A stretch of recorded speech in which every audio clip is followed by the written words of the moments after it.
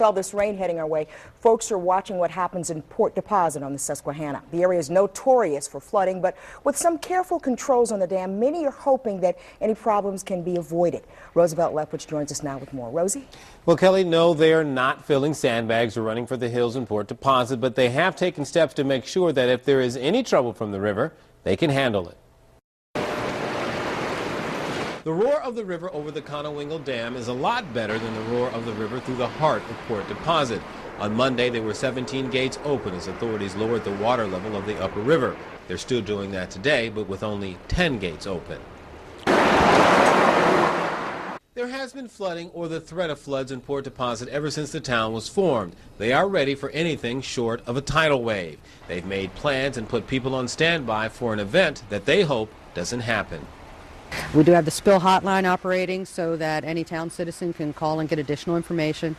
And basically our town maintenance crew and State Highway Administration have gone through, cleaned out all the storm drains, made sure that we have some good access for the water to flow, notified Water Witch Volunteer Fire Company, our police department, as well as Cecil County Emergency Services. So we have all the steps in place. And the folks here are pros at this. They know that if 20 gates are open on the dam, they'll get water in low-lying areas. And for every other gate that opens after that, it means flooding in backyards, flooding in basements, and when you hit about 25 gates, that's when the water gets into town. Quisenberry says she doesn't think it'll get that bad, but if it does, they're ready to let folks know at a moment's notice. And folks here are ready to deal with it at a moment's notice. After all, it's been happening here for more than 100 years. When we became a town in 1813, they called us a port of deposit, and we became a port of deposit because of spring floods that helped you get over the rocks and rapids and bring your goods here and deposit them, and then make money selling them in Baltimore. So if it wasn't for that high water event, we wouldn't have become a port of deposit.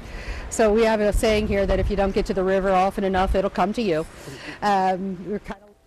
Now, Quisenberry's instance, there is no snow or ice on the ground, and there has been a lot of wind that has allowed some things to dry out some. That'll make it easier to keep things like storm drains clear to allow any of the overflow of water to flow through the town and not stay around and flood. But that also depends on how much rain and how much water has to be let out of the dam and how much rain actually falls. And there's so many factors here that, well, we'll just keep our fingers crossed.